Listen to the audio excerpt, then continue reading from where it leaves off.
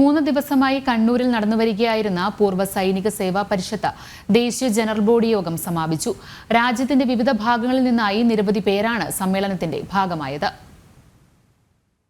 പൂർവ്വ സൈനിക സേവാ പരിഷത്തിന്റെ വളർച്ചയ്ക്ക് വേണ്ടിയുള്ള പദ്ധതികൾ ആസൂത്രണം ചെയ്തുകൊണ്ടാണ് 3 ദിവസങ്ങളിലായി നടന്ന ദേശീയ ജനറൽ ബോഡി യോഗം സമാപിച്ചത്.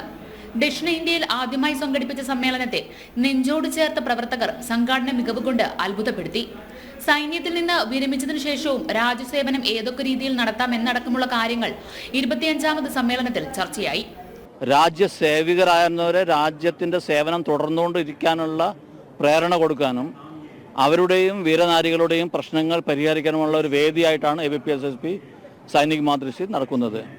അപ്പോൾ കഴിഞ്ഞ 2 ദിവസത്തെ ഇന്നത്തെയും കൂടി പ്രവർത്തനത്തിൽ അതിൽ എന്താണ് അപാധകൾ എന്നുള്ള അവലോകനം ചെയ്യുകയും അതിനുള്ള പോംവഴികൾ കണ്ടെത്താൻ നമുക്ക് കഴിയുന്നത് കണ്ടെത്തുകയും ബാക്കിയുള്ളത് രക്ഷാമന്ത്രിക്കും പ്രധാനമന്ത്രിയുടെയും ഓഫീസിലേക്കൊക്കെ അയക്കാനുള്ള നടപടിക്രമങ്ങൾ നമ്മൾ എടുത്തിട്ടുണ്ട്.